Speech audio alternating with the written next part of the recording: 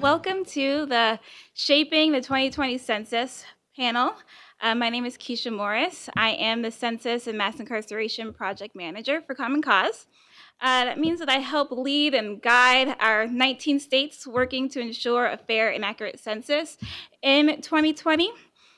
So we have a fabulous panel here for you today. I'm just going to go ahead and jump right into bios. Joining us via Zoom, we're very lucky to have Vince Barabba, who is the former Census Bureau Director, appointed by President Richard Nixon in 1973, and then reappointed by President Jimmy Carter in 1979, making him the only Census Bureau Director to be appointed by different political parties. Mr. Barabba has also become a member of the California Citizens Redistricting Commission in 2010.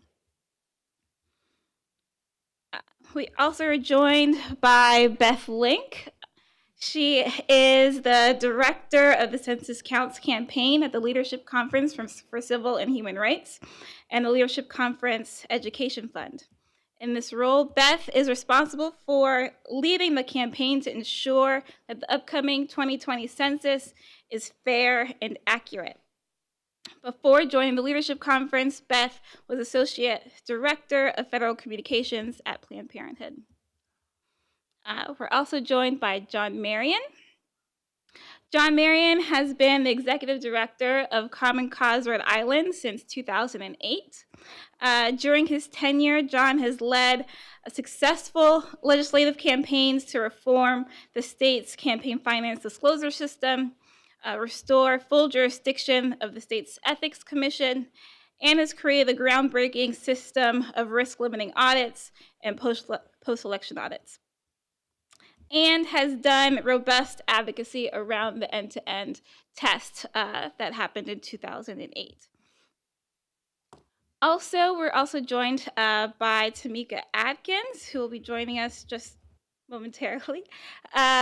She is Executive Director of Pro Georgia, Georgia's state-based C3 civic engagement table, and a member of the State Voices National Network of Tables. Tamika is dedicated over 15 years to building long-term sustainable power for communities of color with a focus on voting rights and quality of life issues. So I'm going to get directly into the panel. We have about an hour and 15 minutes to get through what is going to be a robust discussion. So my first question I'm going to toss to Beth. So Beth, as Census Counts campaign director for the Leadership Conference that leads the national coalition for ensuring a fair and accurate census in 2020, can you give the folks in the room an idea of what the Census Counts campaign looks like, and then how the litigation plays? Yeah, absolutely. Thank you. Thank you so much. Thank you, Common Cause, for convening today and for inviting me and the Census Counts campaign here to speak. And thank you, Keisha, for moderating. Like was said, my name is Beth Link. I'm the director of the Census Counts campaign at the Leadership Conference on Civil and Human Rights.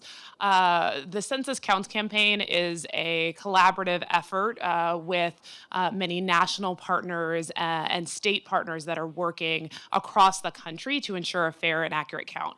I'm kind of going to answer your question a little bit backwards because I think it's critical that we talk about the importance of this census and why this census is a little different. And then I will certainly get into kind of the full campaign.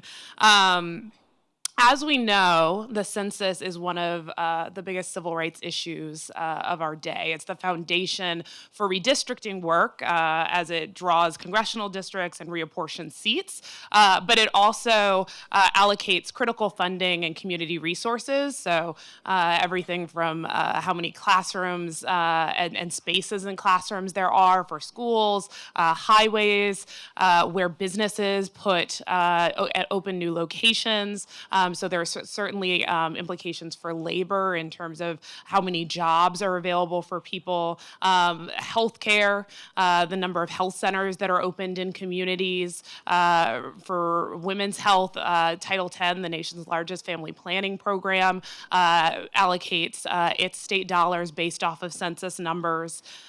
So the effects of the census and the count are incredibly far-reaching. We know that every 10 years that a census is taken, that unfortunately there are groups that are historically left out. Those are communities of color, low-income people, indigenous communities, young children, rural communities. And there are a number of reasons, many of the systemic barriers that we are familiar with here. And then there are a number of issues that are complicated this year and a number of hurdles that we'll need to overcome in order to reach those hard to count communities. That is the mission of the Census Counts campaign, to reach those communities that are traditionally and historically undercounted, and to reach them through trusted messengers. So I alluded to this, but why is this year's census different? This year's census has a number of hurdles that have been presented. One is funding. So traditionally, and constitutionally, the Congress appropriates the funds for the census federally. We know that the dollars have come in late and are lower than past years. And that's important because it means fewer regional offices, fewer staff, fewer languages, fewer ads and paid programs. So that is a challenge. We also know that this is the first digital census. So that means that that causes a number of problems in terms of reaching communities, particularly rural communities that may not have access to reliable internet access or broadband. Although it is a digital census, they do also print paper forms, and so it is critical that where community outreach can happen to reach communities that may not have internet access in homes, it does, and that those paper forms are available where possible as well. The third reason this year is different is that, as we know, that there is a historically toxic environment for people of color and immigrants. And whether it's DACA, deportation, registries, all of this compounds this historic distrust in government that we've seen, and compounds the distrust among the communities that are historically hard to count, making it that much harder for the government coming to these communities, asking for information, and getting those responses for those communities. And even more important, that community-based organizations and trusted messengers are the ones being the bridge to those communities. The fifth reason, there are six, but the fifth reason is this growing age of misinformation. So in 2016 and 2018 elections, we saw emerging use of misinformation as a tool to undermine democracy. That is something that we are watching in the census. And something that we're watching closely. So I said there's six. The last one that folks are familiar with is the citizenship question, and this brings to your point about litigation. So as folks know, after the Census Bureau spent decades testing the questions that would go on the census and preparing the questions that would go on the census, in March of last year, Secretary Ross added an untested question, the citizenship question, onto the census, and there was historic and mass backlash across the country. About 250,000 people raised their voices and said via public comments that they did not want this, and it was very, very decisive. And experts came forward and said this would be horrible and destructive. Secretary Ross claimed that they added the question because they needed it to enforce the VRA. It's worth noting that since the Voting Rights Act was put in place, no citizenship question has been on a census, and no administration has found it necessary. So it's absurd that the Trump administration needs this as a voting rights protection. And as we saw in the Southern District of New York, the case out of New York decision came down last week. In the discovery of that case, it was clear that their intention was not, and their intent was not because of the VRA. It was political, and we know that he was consulting with Bannon and Kobash, and it was really with an intent to discourage participation among certain communities. So what we have seen, and the courts have agreed so far, there are a number of cases going on, but I'm speaking specifically about the consolidated cases in New York, in the Southern District of New York. And we saw in a really robust and fact-bound decision coming out of that court from Judge Furman, it was a 277-page decision, showing that not only was the addition of the question unlawful and happened outside of law, but it would also be very damaging.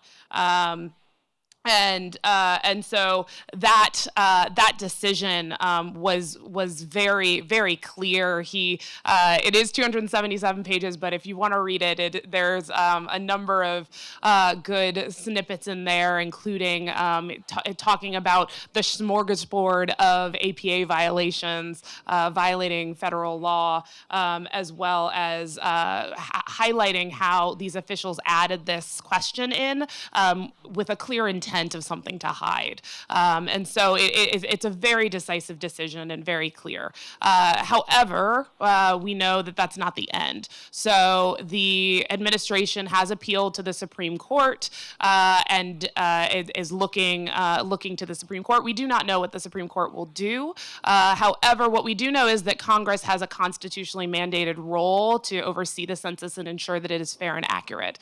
There are a number of ways they can do that. It can be protected and removed. The census can be protected and the question could be removed via must-pass legislation, or they could, Congresswoman Maloney and Senator Schatz introduced some legislation that could remove the question. So there are a number of mechanisms to do that. So that's the landscape writ large. And as you can tell, based on and due to all of the hurdles that we have to overcome and the critical importance, both for redistricting and for community resources that the census plays, due to that critical importance, it's incredibly vital that community organizations and organizations that are trusted in communities be that bridge and speak to those communities to encourage participation in the census. So that is what the Census Counts campaign is doing. So the Census Counts campaign, as I mentioned at the beginning, is a collaborative effort. Our co-chairs, Asian Americans Advancing Justice and NALEO, as well as a number, at the moment, 13 other national organizations and 30 states across the country are working to ensure a fair and accurate census by ensuring that those hard-to-count communities are included and counted. And there are three ways that we're doing that. One is through policy change. Two is expanding the base of census stakeholders. And three is get out the count. That first policy change piece, one, we have to get this question removed. Two, we also need to make sure that the funding is appropriated for the census, both at the federal level and at the state level. Critical point on the state level piece is that it is the funding at the federal level applies, applies to the census writ large, but does not apply to community-based organization outreach in states. States have to appropriate that on their own at the state level and set up their own complete count committees. So that has to happen, and I know we'll hear more about that work. Two, expanding the base of folks who are talking about the census. Right now, it is just important the census happens every 10 years. It's not top of mind for everybody, so we have to educate people that it's coming and educate people about why it's important and mobilize people to act. So glad that everyone is here. Please tell somebody about the census after this because it is really, it's critical that we expand the network of engaged folks. And then the Get Out the Count effort, which will begin in earnest in October, moving towards April 1, 2020, which is Census Day, and then followed by the non-response follow-up period, which is really when those census takers knock on people's doors and catch people who did not turn in their censuses.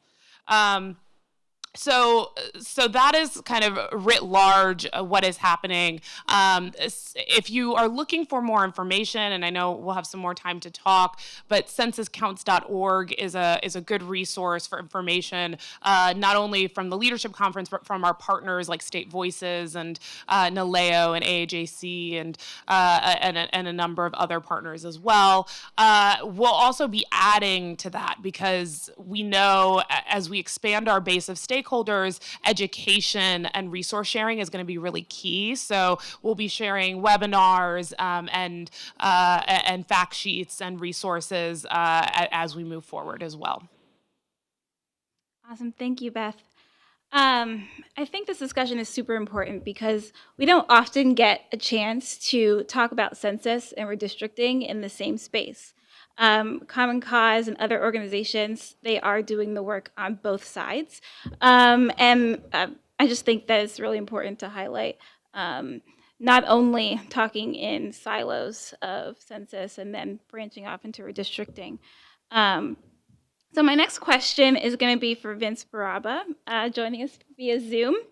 And he is a great example of kind of both sides of this, both census, being a former Census Bureau director, and then being a member of the California Independent Redistricting Commission.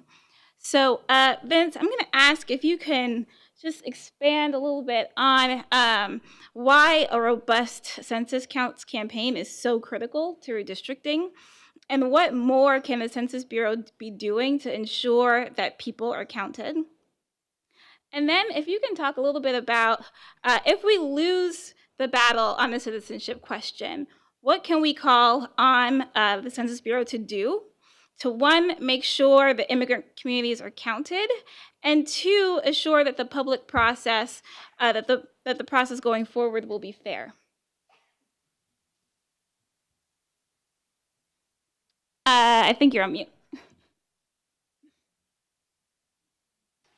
There we go. Is that better? Yes. Well, first I'd like to point out that this issue of controversy in the census is not new. A good example of this and how old it is and how important it is was a letter written to Thomas Jefferson from the Postmaster General, Thomas Pickering, in 1793. It said, if there be any spare copy of the Census of Inhabitants of the States in the office of the Secretary of State, the Postmaster General requests Mr. Jefferson to favor him with one, it being proper to attend to the population of the country, in forming an opinion upon application for new post roads. Now, in the draft of the Constitution, it was stated that Congress shall have the power to establish post offices. Later, there was an amendment made that added the words post roads. Interestingly, of course, not everyone agreed with the adding of the post roads to the Constitution, and Thomas Jefferson was one of the opponents of it. So you could, and there you can only imagine how much fun it was for him as the person who conducted the census to have to turn that information over to the person who was going to actually develop a plan for post roads. I'm sure it was an interesting conversation between the two of them. So there you have it. Is the census of collecting census information and purposes, which is used from time to time, has often raised a point of controversy. My favorite point of controversy, which was less dramatic than the post roads and the citizenship question, occurred in testing the 1980 census. One of our tests took place in Texas. We received several comments from respondents who could not understand why we were asking who the head of household was. This is back in 1980. The purpose was the same as it has been for a long time, to identify the relationships of each of the respondents in that household to each other. What we had not sensed is that there was a rise in the minds of many people that the traditional role of either husband or wife as being the head of household was not universally accepted. With that understanding, we replaced the term head of household, which was found in column 1, with the term person in column 1. With that established, we had everybody indicate that all other individuals in the household found in the remaining column should list a relationship to the person in column 1. So the fact that there was a controversy around the citizenship question is not without precedent. So what do we do about it? Everything we can to make sure it's not added to the census questionnaire. Certainly, to date, the courts seem to have taken that position, but we haven't heard the last word on that one. Now, assuming that for all the wrong reasons, the citizenship question does get included, what should we do? The first step is to make sure that nothing happens to Title 13 of the U.S. Code, which makes clear only sworn census employees can have access to the census records and address listings. During the conduct of the 1980 census in the city of New York, they obtained a district court order requiring the Census Bureau to turn over its address registers so the city and local officials could compare their listings with their own. Because of the lawsuit, we were under a court order not to deliver the results of the 1980 census to the presidents. However, thanks to Justice Thurgood Marshall, I received a phone call late in the evening of December 31st, indicating the justices had stayed the ruling, and the next morning, the Secretary of Commerce and I forwarded the census results to the presidents. In 1982, the case ultimately reached the Supreme Court, which decided the Census Bureau's favor. Address lists could not be disclosed, either through civil discovery or the Freedom of Information Act. Now, the second step is to make sure all organizations that have outreach capability to minority populations fully understand the extent to which the Census Bureau has lived up to that requirement of keeping the information confidential. Since the Census Bureau since Congress required the Census Bureau to promote response with a paid outreach and advertising program beginning in 2000, the Bureau, as you've heard, is now much more transparent about their outreach plans, and I assume it's going to be another good job. The importance of this transparency is illustrated in an anecdote from the 2000 effort. The Census Bureau selected the slogan, "This is your future, don't leave it blank." Even though it tested very well with diverse audiences, Hispanic advocates pointed out that to the census team that the word blank in Spanish is blanco, which is also the word for white. Sure enough, subsequent focus groups has found that the slogan introduced confused about racial identity. So a different slogan was adopted in the Hispanic language promotions. This is your future, be counted. Now, the third step is having a communication program that reaches out to the minority community, that makes it clear how important it is for them to be counted as it relates to receiving the government resources that are allocated based on the census count, and ensuring the area in which they live gets its fair share of political representation. Lessons learned from 2000 and 2010 communication efforts conclusively found that it was not sufficient to mobilize folks to respond based upon appeals to civic duty or ensuring everyone is included. Much more motivating were the messages about the benefits to one's community in terms of accurate political representation, and fair distribution of federal funds. Today, some $880 billion in federal assistance through 55 programs for state and local governments is distributed based on census count. Now, relative to redistricting, having gone through the process, I can assure you that the census count, which included a significant number of minority population groups in California, played a very critical role in the manner in which the California redistricting process was successfully completed. Importantly, there are several more states in the process of preparing to use census information managed by citizens to conduct the nonpartisan redistrict efforts in their states. Relative to the issue of the citizenship question needed by the Voting Rights Act, I can assure you that when we completed our count and using the American Community Survey data, we were able to demonstrate to the Attorney General that we met the requirements of the Voting Rights Act, and he agreed with us. So this issue that you need to have the citizenship question to get Voting Rights Act approval is incorrect. So that, I think, answers the questions that you raised, Keisha, and I'll be happy to avail any other questions. Awesome. Thank you, Vince. So my next question is going to be for John Marion.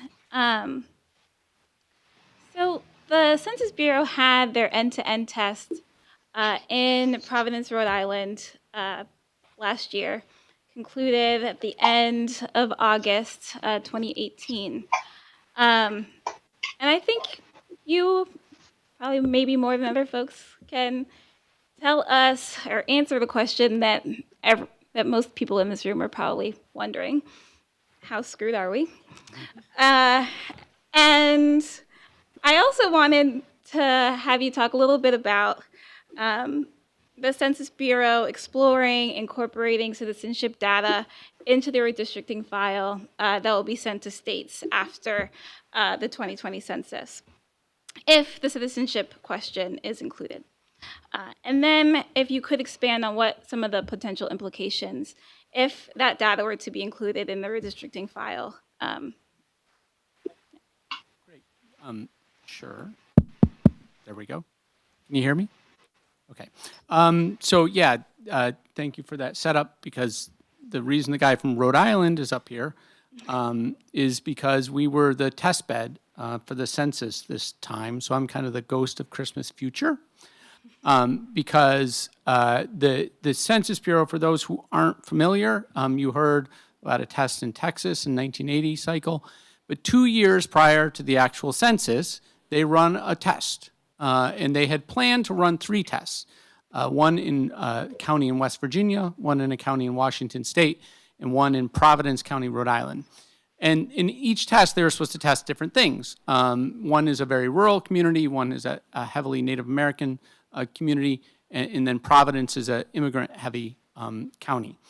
But because of the lack of funding, which we heard about problems with funding, they could only run one full end-to-end test, and they did that in Providence County, Rhode Island, which is, if you know anything about Rhode Island, sort of the northern half of the state, the bulk of the state's population in the urban core of Rhode Island. And so we got to see a lot of the things that you're hearing about, particularly about how the census is moving online and how that's impacting people. Keep in mind the scale. I don't think some of you know a lot about the census. I am fairly new to this field, but the statistic that gets me is this is the largest non-military operation of the U.S. government. They're going to hire upwards of 250,000 people in the next 12 months.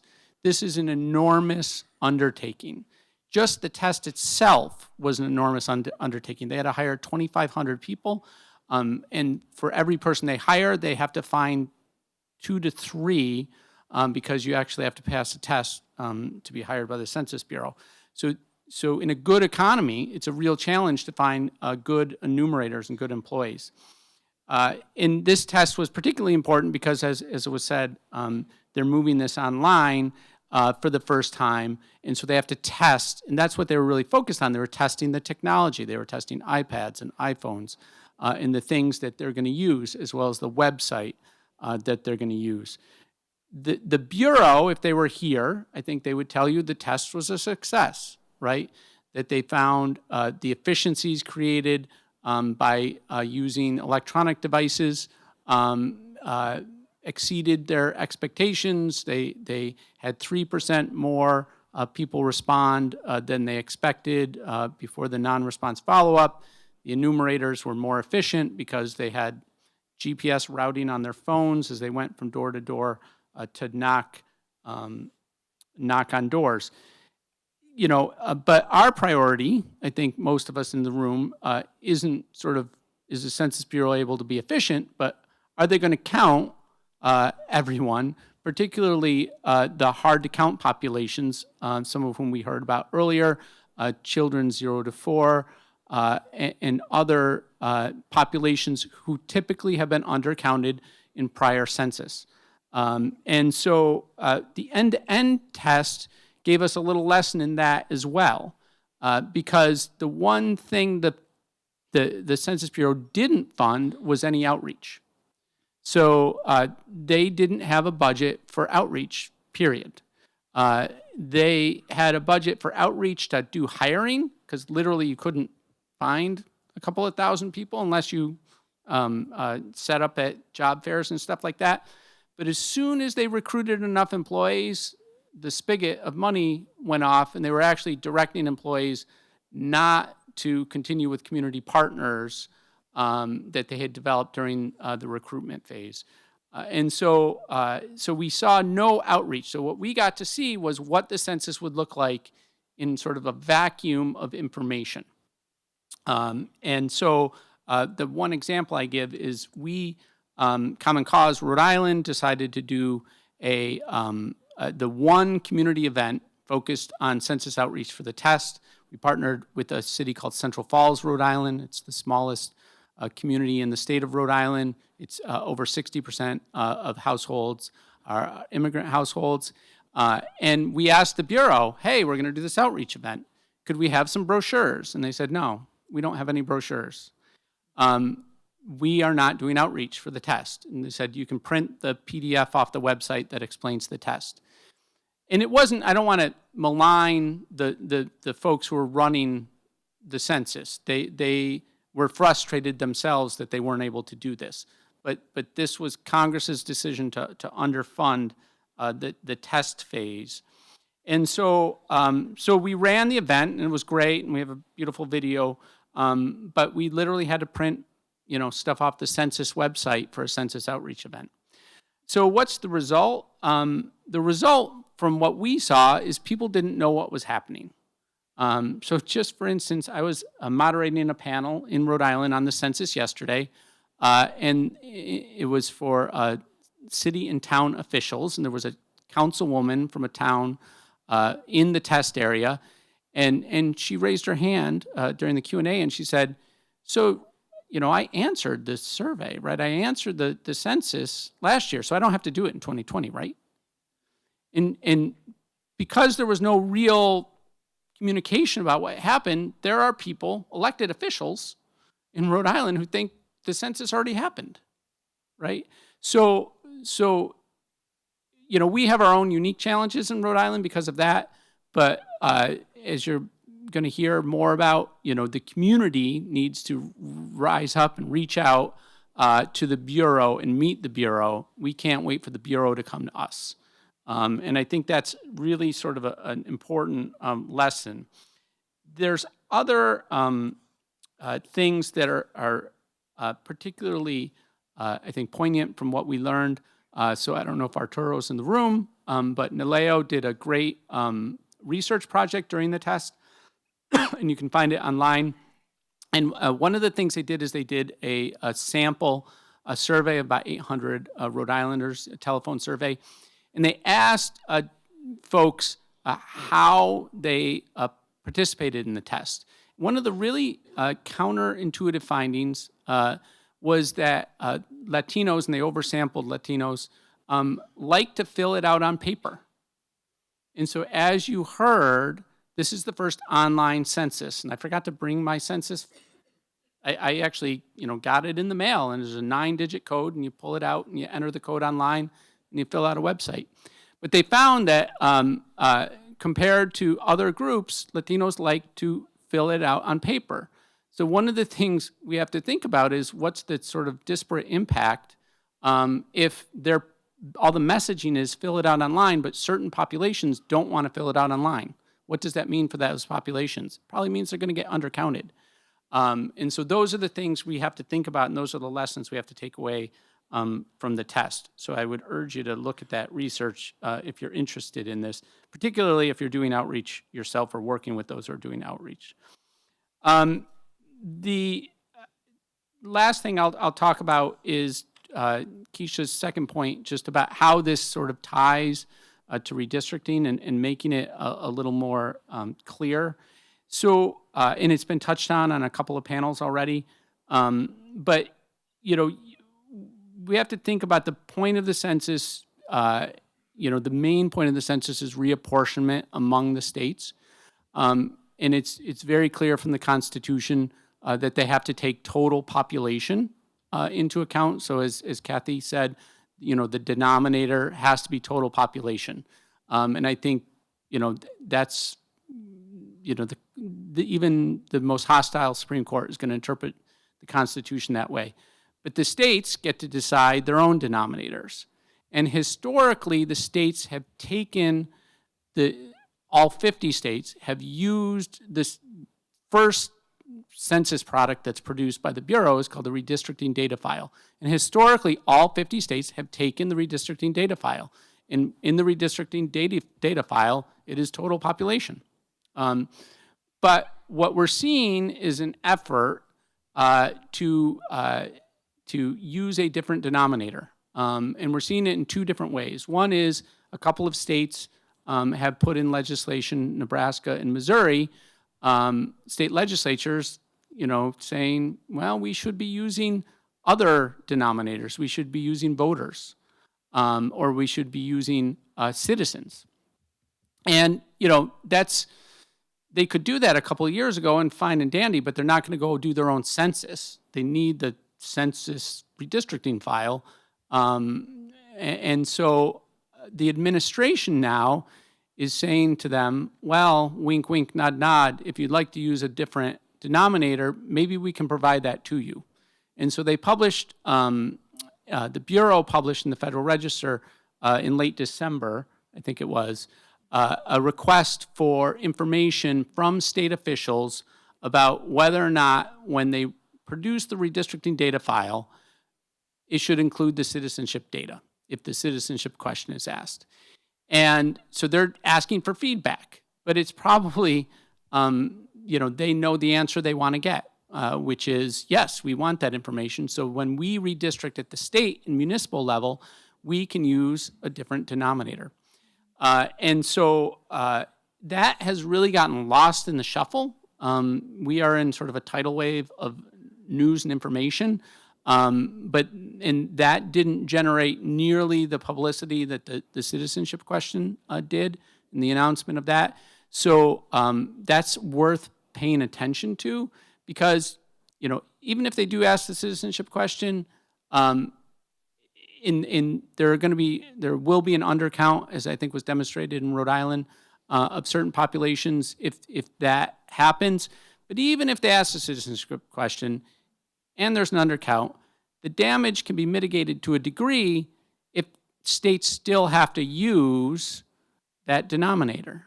But if they get a different one, then it's even worse. And so that's something I think we have to look at. Because what that's going to mean is that your state legislative districts or your city council districts or your school board districts are going to be malapportioned in a variety of different ways, perhaps by voting, perhaps by citizenship.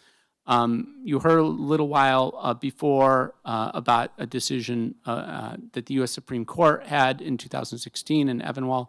The court really hasn't kind of gotten to the heart of that matter. And so it's going to mean more litigation. It's going to be a big mess. And so I'm going to say one more time, I'm sort of the ghost of Christmas future. And what we can say from our Rhode Island experience is that the citizenship question needs to go, or it's going to cause all sorts of problems. And even if the citizenship question remains, we need to keep our eye on the ball about whether that redistricting data file is going to include that information, because that could potentially be a double whammy. I think we're going to take questions at the end. Is that okay?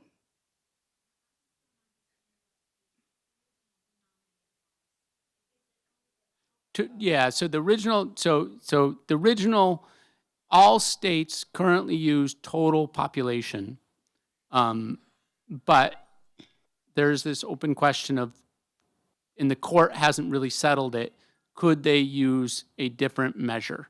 And my point is the Census Bureau might give them a different measure. You're welcome. Thank you, John. One thing I'm not sure that John mentioned is that Rhode Island is on the cusp of losing congressional representation. And so for the first time in decades, Rhode Island might only have one member of Congress.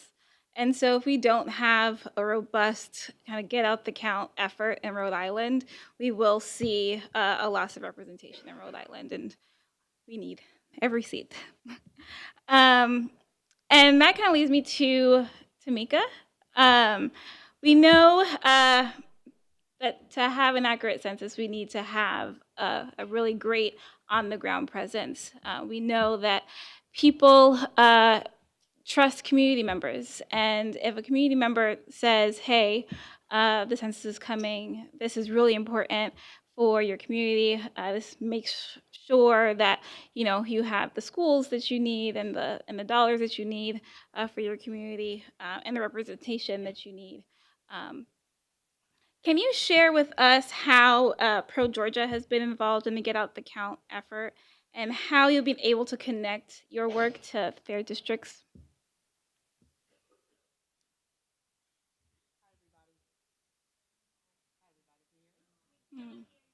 Try this one. These are weird.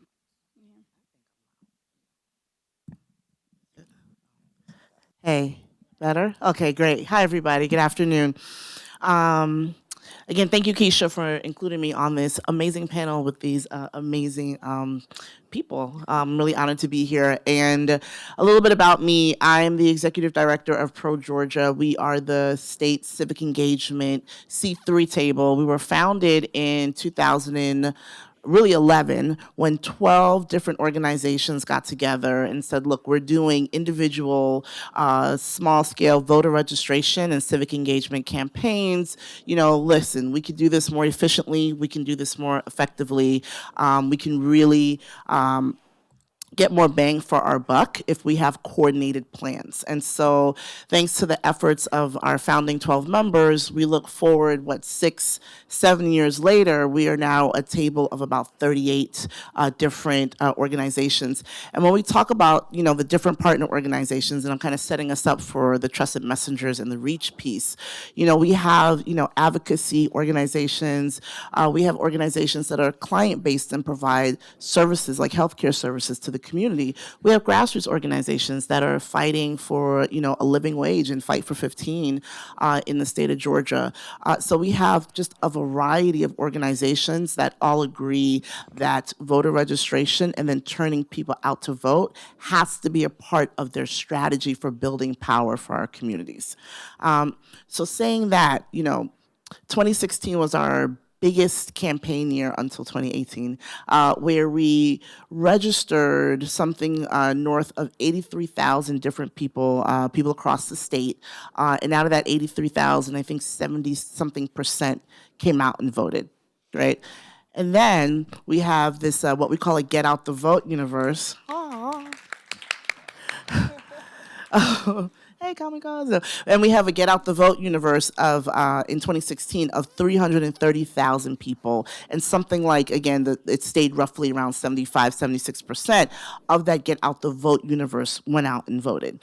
And what that means when we say get out the vote universe, we're talking about a larger universe, mainly people of color, all new American majority folks, where partner organizations knocked on the doors, or they made phone calls, or they did what we call site-based canvassing, where they went to local sites in the communities, whether it's train stations, community centers, libraries, and, provided people the information about, are you registered? Let me check your registration. We have laptops set up.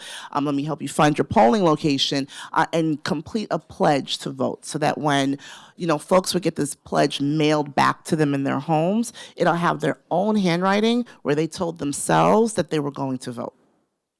2018, a lot happened, and we had to pivot pretty quickly as a table, when we were faced with a lot of voter suppression. And, we actually expanded our universe significantly. So in 2018, Pro Georgia and our partners, we sent a mailer about voting twice to every household of color in the state. So we mailed 2.3 million pieces of mail last year. Our partners sent out 1.2 million text messages to people. I still have people coming up to me as of yesterday. I had a funder come up and tell me my cousins were complaining they were getting text messages about voting. I'm serious. And then, this funder said, and then I said, well, did you vote? And they said, well, yeah, right? So it was our first year having a contract with Hustle so that we can provide this service for our partner organizations, because they are the trusted messengers on the ground. So between the phone calls, the mails, and the texts, right, we have a pretty large reach. And now we are at the space where we have the opportunity to transition that reach to support the Get Out the Count work. And so, Pro Georgia, we're looking at this Get Out the Count work in three ways, like the education, the advocacy, and then also the funding, right? So starting with the education piece, we're actually creating an online census table where non-traditional partners who wouldn't necessarily sit at the table and do voter registration and civic engagement can access the resources and the materials that they need for their community, so that they have a place where they can download and print them, and they have a place, more importantly, where they can request someone from one of our partners to come out and do a training on census to build confidence and trust in completing the census. And because we've been doing voter registration and civic engagement in the communities for several years, we have a slew of sites already lined up that we've been prepping since late last year to be like a census training site. Like, will you allow us to come in, and if we get one of our partners to staff it, do a census education event? And so, we're beginning that work now. The other thing is that when we started working, our partners, our geographic reach was probably, I think, 6 or 7 counties. As of last year, we were able to do this Get Out the Vote work in 16 different counties across Georgia. These counties all have a high density of the hard-to-count population, and so we're just continuing to layer our work and our relationships over and over and over again. This year, we have municipal elections, and we're anticipating a much smaller Get Out the Vote campaign, which is fine because that allows us to do a very robust Get Out the Count and a Pledge to Be Counted campaign in the fall of 2019. And so we're going to continue reaching out to the 1.1 million households across the country, across the state, who have already seen our logos, have already met our partners either on the door, on the phone, or on the text, and encouraging them and asking them to sign this pledge to be counted to complete the census. So that's how we're going to work on some of the education pieces in the fall of 2019. In terms of advocacy, this year we are actually hiring a census and redistricting campaign manager, and I'll come back around to that towards the end. But we're working to get as much in-state funding as possible, right, to support the census in our state. And we are looking now for at least 5 sponsors, 5 census champions that can advocate at the state capitol for fully funding on the state level census work. And then the next piece I will say in preparation is that many, many times grassroots organizations, nonprofits, community organizations are asked to do more with less.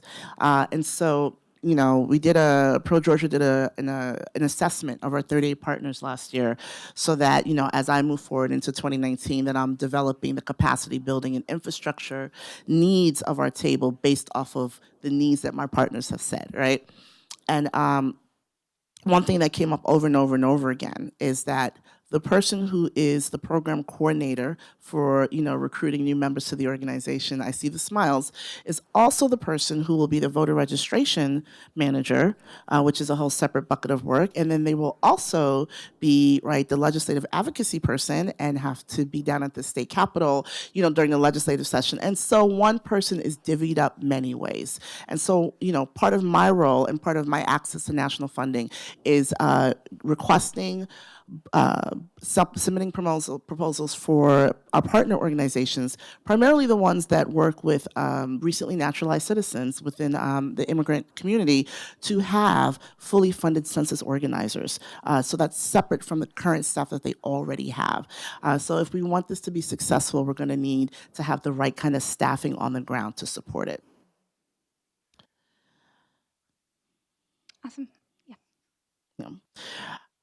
So I think the last thing that I will mention is that, so in 2017, we had a really unique opportunity where, and I'm going to get all the details wrong, but there's a really bad redistricting bill that came up in one of our districts, and what they wanted to do was remove a majority of the African American population in this community. And how they were going to do this, how they were going to redraw the map, was a blessing. They decided to use railroad tracks as like the new dividing line, and so it set us up. They said at us, we knock it out. And so we were able to make really great messaging about they're pushing out all the Black folks on the wrong side of the tracks.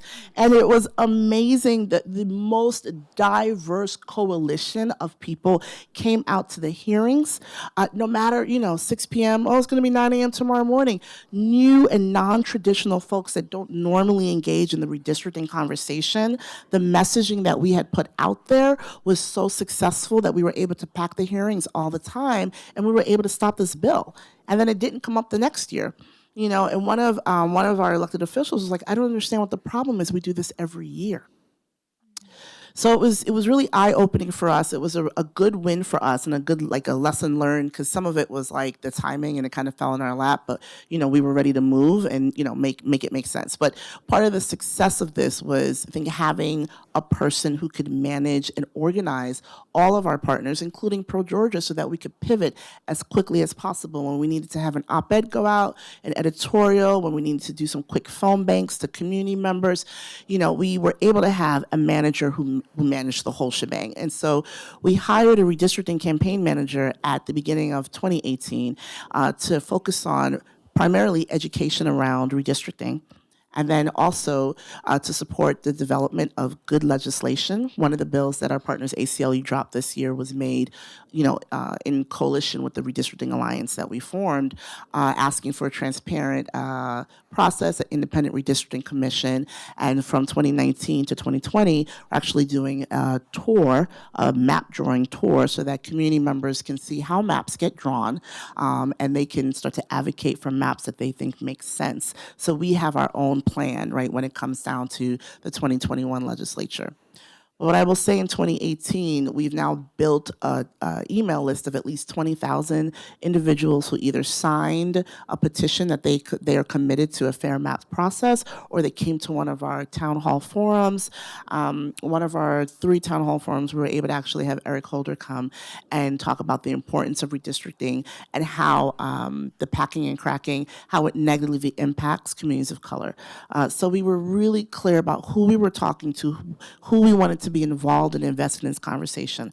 And we're going to continue that education work in 2019, but we're getting a little smarter and sharper, and we're actually combining this census and redistricting work into one position. So, I think just a little bit about how we're trying to move smartly and how we're trying to just be really strategic around the education around the census, using the resources and tools that we already have, because there's nothing that we're going to do, I guess, Ghost of Christmas Future, to ever have the right funding we need for census, right? So how do we use the tools that we already have, the relationships that we already have, so that we can have conversations with our folks out in the community, convincing them, educating them, and supporting their ability to complete the census, and merging that conversation with, and let me tell you, this is what's going to determine who represents you. This is going to determine your representation down at the state capitol. Because I'm going to tell you, in 2017 and 2018, people are asking, as we're doing the canvassing we do every year, how come, my friend, my neighbor, why do we have totally different representatives? Why does my district look the way it does? And we have canvassers on the door that were like, we don't know. This is exactly, you're right. This is the right question to ask. So, we're living in like really polarizing times. And so, I wouldn't call it, a silver lining, but, post 2016, folks, I think people are asking more detailed and nuanced questions. So we are, ready to take advantage of that and not lose that momentum. Thank you, Tamika.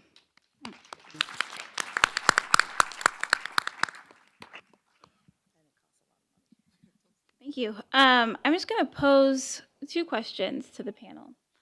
The first question is,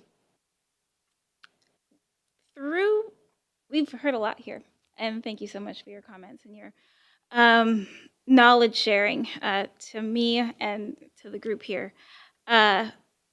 Is there anything that's been said so far on the panel that you guys want to lift up? There is a depth and breadth of knowledge in this room, especially in redistricting. And with you all also being census experts, is there anything that you want to further lift up here, or something that hasn't been said that you want to make sure gets said to this group? Well, I'm a campaign person, and I like to-do lists and items. So I would just lift up a couple of things that people could do today. One is the comment period and the federal comment, particularly around how the data from the census is used as it pertains to if the citizenship question is on. That comment period is still open. So it was actually stalled because of the shutdown. And so it starts when the government opens for 30 days. Organizationally, you can submit a comment. You can also personally submit a comment. It's on the Federal Register. If you would like more information, you can go there or reach out to Census Counts. We can connect you. The other thing I would mention is in your state level advocacy, as you're advocating for state funding, that is so critical for community-based organizations to do their work. In addition, since we're talking about the intersection of census and redistricting, work to encourage state-based assessment, so of the data. So the federal government collects all the census data, but then it goes to the states, and then they do the redistricting, right? So work on that post enumeration evaluation work needs to be impartial and non-political, and so protect that process, and then also consider adding a process for appealing that data. The state of New York does it every census, or has done it in past censuses, where they appeal that data set, so they're able to appeal decisions on budgets and that kind of thing. So if you ask for those 3 things at the state level, that will set you up kind of post, not only to be able to do your get out the count work well, but then also post count to be able to use that data in the right way for redistricting.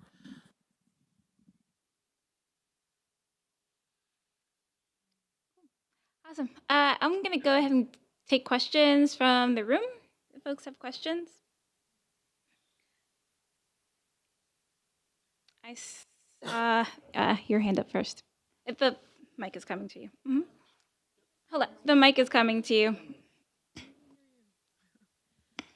Could you just give us detailed information about where we would make comments during this comment period? What website would we go to?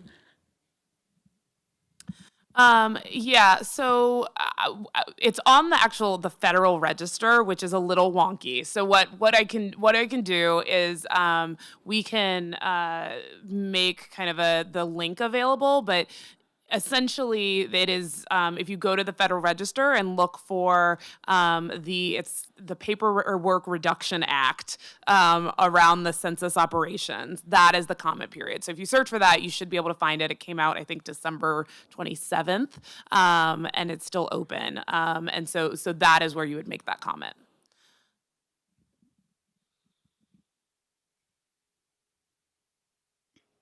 I saw the gentleman in the brown shirt. Yeah.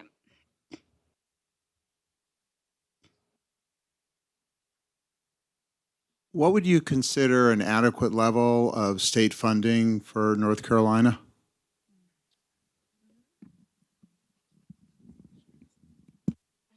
Yeah, so I don't think there's a perfect formula. I've heard the number thrown around of about $1 a person for the general population, and then as you're there are certain groups designated as hard to count, so you can actually, know what percentage of your population is hard to count, and some states say it's up to $10, $20 per person as you get into the hardest to count populations. So you can kind of do some rough math there. It's all over the map though. So California, I think, is up to $120 million. I just got our governor to put $150,000 in her state budget. Yeah, $150,000. Like that's all I could get out of, because Rhode Island's kind of flat broke. And so some states are putting tens of millions. Some states haven't allocated a dime yet. But I think, I think starting at the state's population, $1 a person, and then something up, some multiplier for the hard to count populations. One thing, it is working great. One thing I would add to that is, two things I would add to that. So one, to find the number for your hard to count in your state. So for North Carolina, there's a really good map that the folks at CUNY put together. And so it's Census Hard to Count Maps, plural, 2020.us. So Census Hard to Count Maps 2020.us. And on that, you can search by state. You can actually search by congressional district or census tract, or it's very detailed. You could also even find your closest library that would have census help there for digital folks. But it has your hard to count population. And so in addition to that model that you shared of kind of how, and it varies by state, the Fiscal Policy Institute and State Voices also worked on a couple of different calculators of different ways to model it, but it does vary by state. And in terms of kind of your hard to count population and what's needed. I see the woman in the brown shirt in the back. Hello. My question is for Vince, actually. Can you hear me? Oh, I can't hear you, but you can hear me. Okay. And I can hear you now. Yes, great. My question is,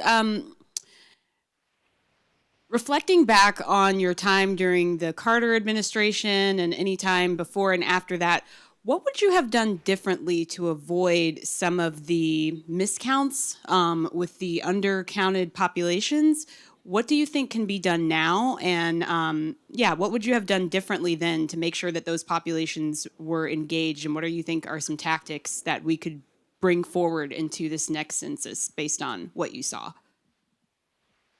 Well, one of the things that we did in 1980 is we had an extensive outreach program to various minority communities, including establishing committees representing what we used to refer to as the Black community, the Hispanic community, and the Asian American. And I can recall in one meeting with the Black committee, we were going on and we were talking about the issues that were surfacing. And one of the committee members, Mr. Shabazz, was also a member of the Muslim community. And I told him that we had a hard time getting the Muslims to participate in the census. He listened very carefully to what our promises were.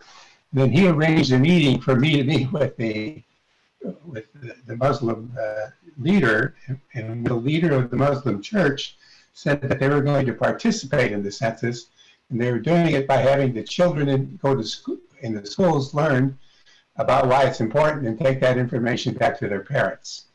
So I think it's the outreach program, not just that you have the money to spend on advertising, but it's an outreach program that you get to real people and have them understand the importance to them, not just the importance of being counted, but the importance to them and their community. And that's got to be done on a personal level. And though there's a lot of people in this country, there's a lot of people who want it to happen. So the structure should be that not only the Census Bureau, but people who are interested in the complete census count find a way to reach out to all the populations and have a personal communication about why it's important.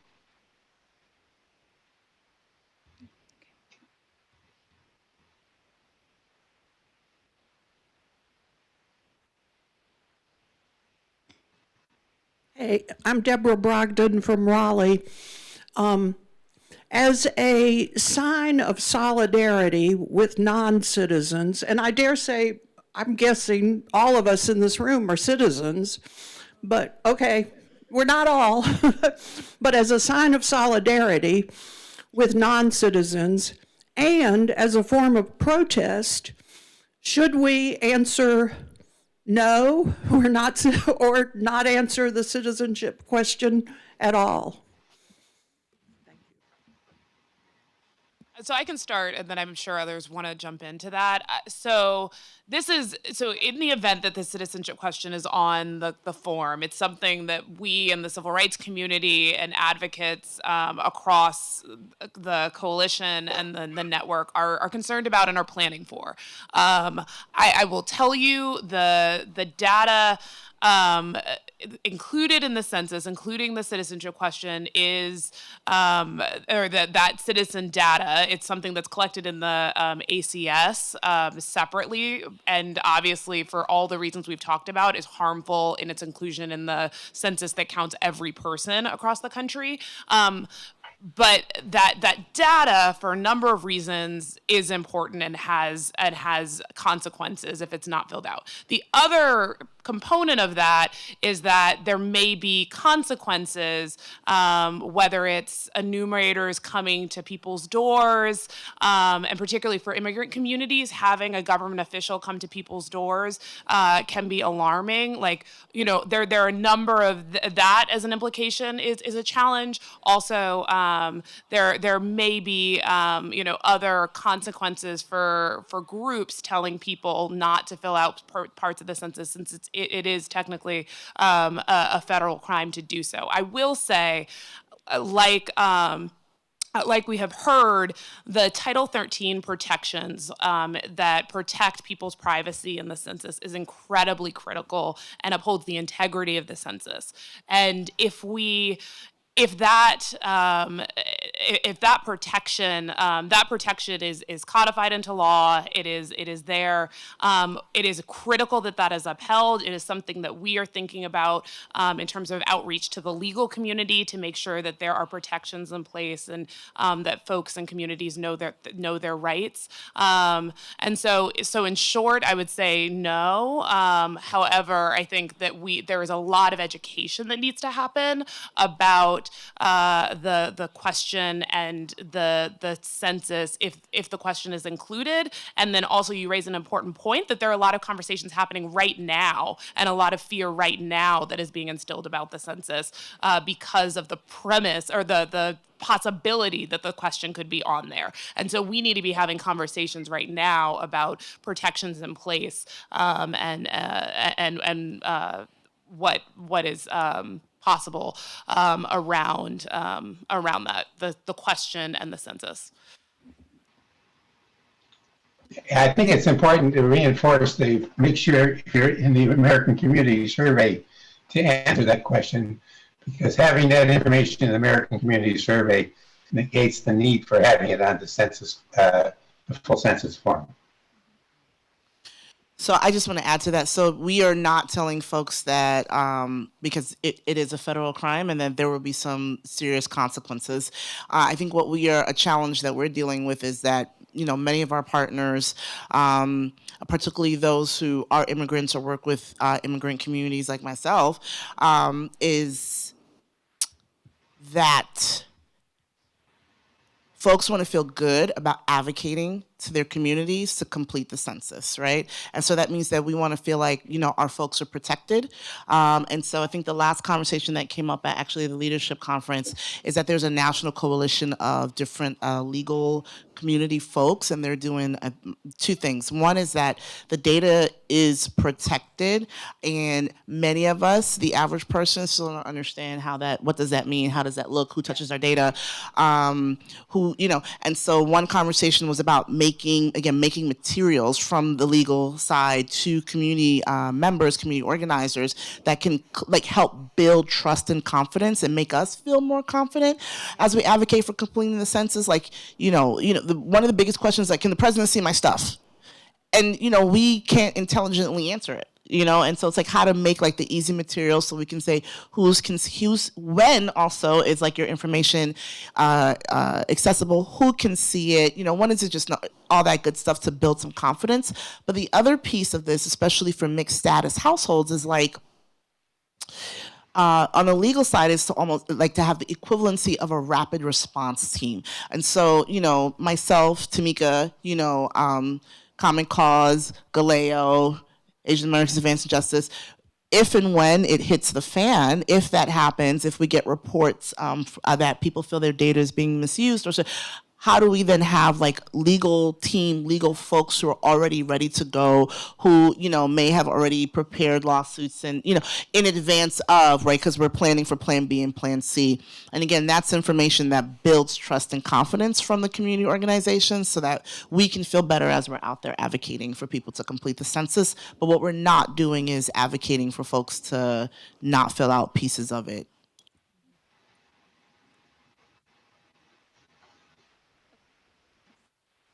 All right, I'm getting the wrap it up sign. So thank you all for joining us in this conversation. Thank you to our panelists. Thank you to Vince for joining us via Zoom. Thanks.